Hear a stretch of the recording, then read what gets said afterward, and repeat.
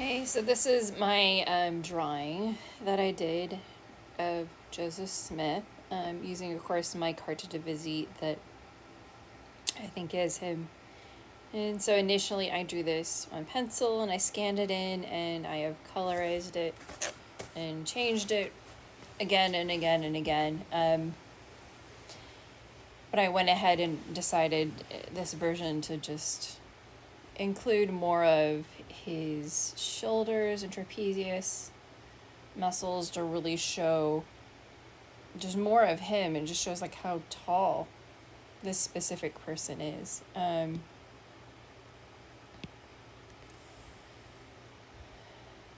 so piggybacking on my last video where I was overlaying these onto each other,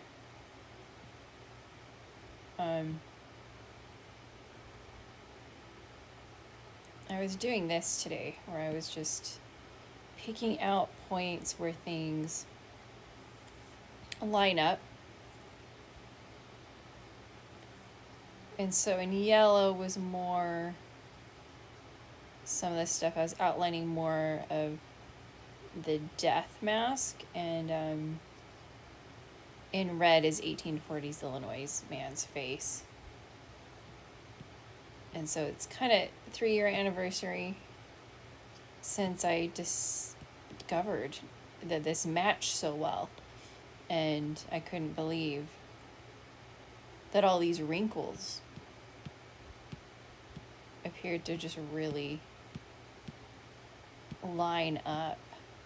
You know, it's one thing for like just this eyelid.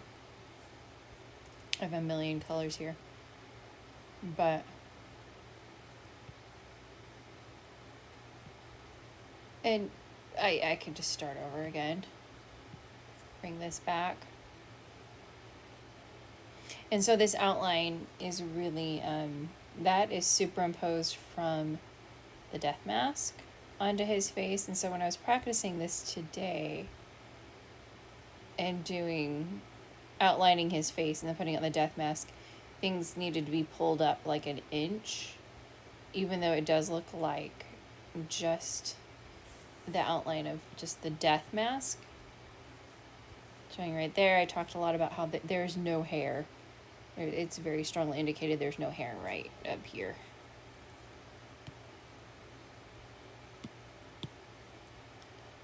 This is no hair. This is bald. Right there is bald.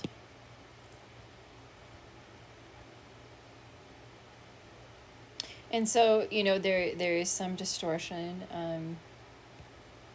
Joseph Smith did fall.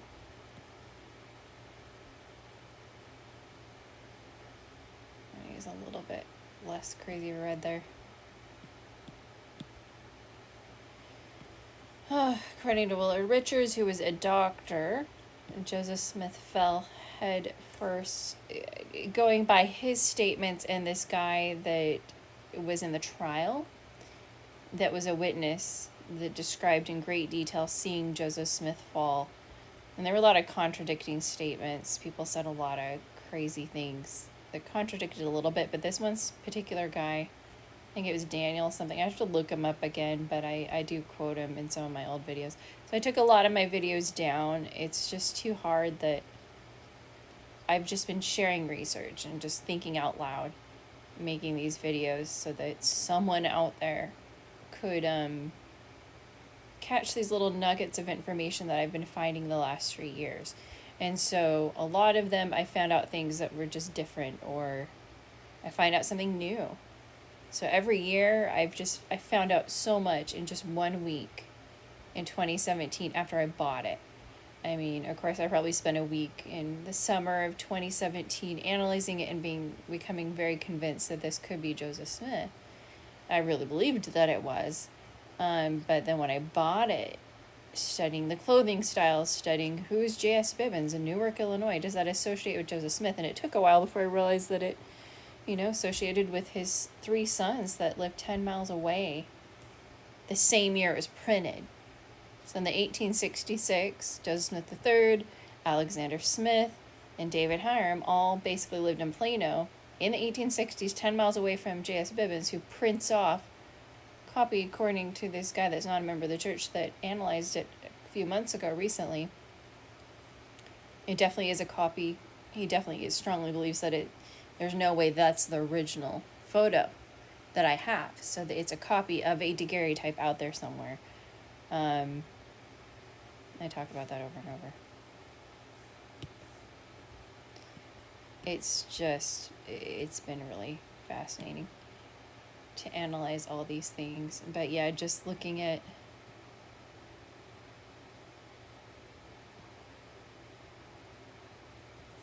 things that really kind of got me, I was analyzing, they're called like marionette lines. I'm not going to make this super perfect.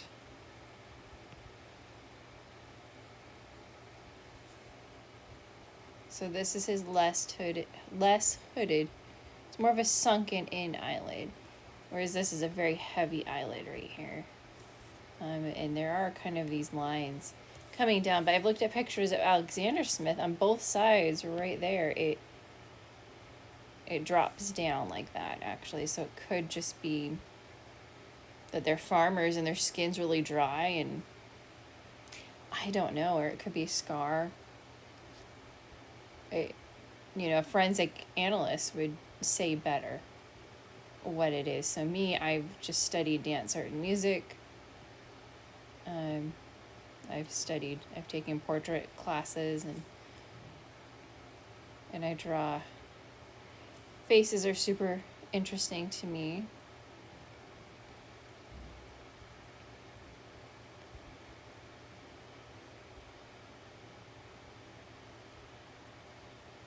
So yeah, this is sort of that's a scar right there on this person's face. You kind of got, here's this person's lips, kind of coming around there. His lips seem to really kind of come down quite a bit. But this is someone who has very uneven skin texture right here. You see that in the painting that everyone thinks is how Joseph Smith looked, because it's the only forward-facing painting. And so I've found out a lot about the artwork. His eyebrows are pretty crazy here.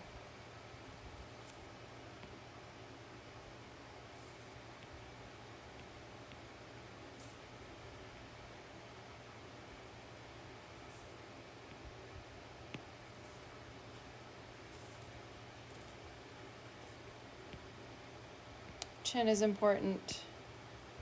These lines are pretty important there.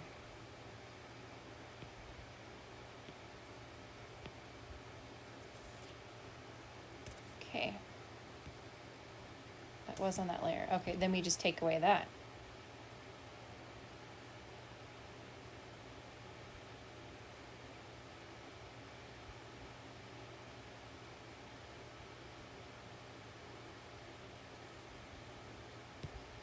And then I'm just going to take a nice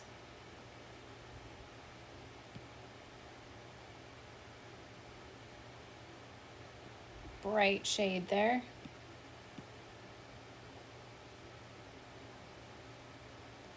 And so 3 years ago, this is sort of what super fascinated me, was just to do this and see, oh my goodness, look at that. Looking at these scars right there and those things. Looking at this line. And so it's kind of fun what I'm doing differently today. I can not only do this, but that last arrow right there, that's where his nose curves. And so the difference is that's where it's lighter here but darker there, because the lighting's a little bit different. But the eyebrow hairs are just incredible.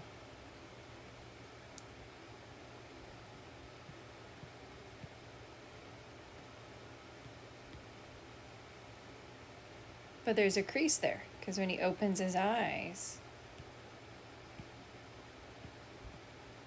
bam, right there. But then there would be another crease. You really see, look right there. And then the lines coming down that I always thought was interesting. But yeah, that shape right there.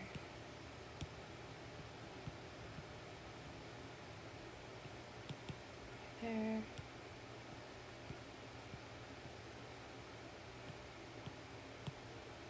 And these eyebrows, these eyebrows are just shaped so differently.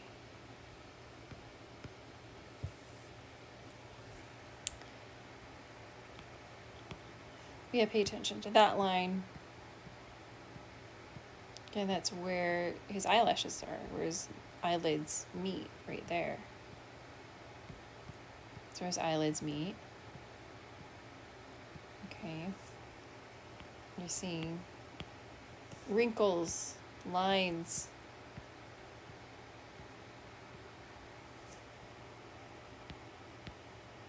Eyelid line.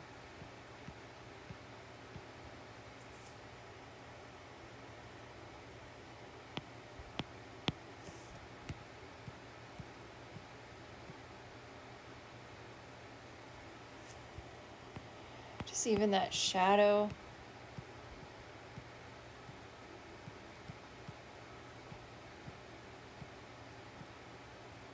It's just a lot going on with his eyebrows. But you do see on the death mask, on the Dibble death mask, you see eyebrow hairs, but the pedestal death mask, they really smoothed a lot of this out, so you're just not... There's a very deep wrinkle right there. But definitely, I'm just going to go ahead and shade this.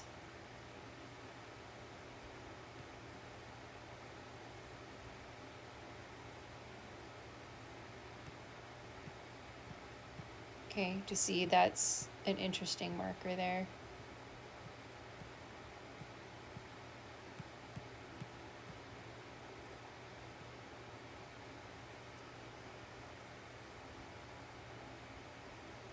And then if I just outline, well, let's outline more. This is definitely a nostril line. And let's get his whole nostril here.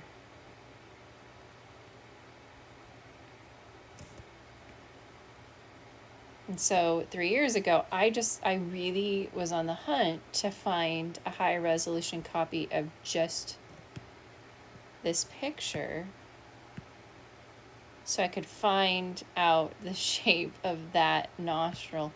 But of course it is blown out. Even though I own it now, that's the only feature that really I can't analyze or see is that one nostril. Yet the nose lines up really well.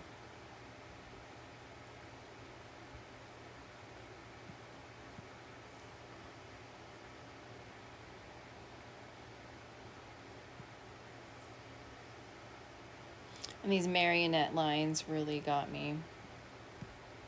But as I'm looking at that, the shadows there of... That really interests me now, just seeing how there's sort of an uneven...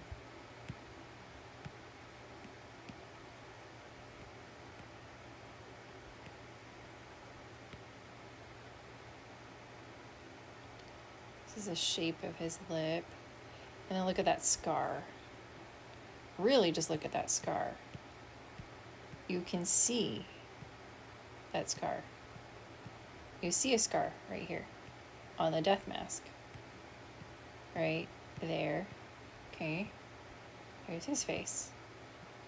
There's a scar right there. Okay. And of course the chin. is really incredible.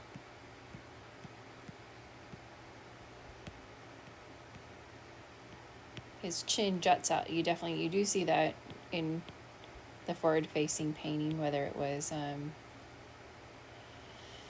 I think Joseph Smith III was just confused. It was done the same time his uncle Hiram Smith's painting was done, but Hiram Smith's forward-facing painting, according to the Joseph Smith papers, was done in 1833, not 1842. Joseph Smith III was very young when his daddy died. And so I could just keep doing this over and over, but yeah, the Dibble death mask, you see how uneven his skin texture is. And so, you know, they've put plaster on here and glossed it up a little bit, but the pedestal death mask, they probably took it out of the mold and then smoothed it out after it got out of the mold. So he definitely is pursing his lips, and so I think his bottom lip just got a lot thinner in this picture, not thicker.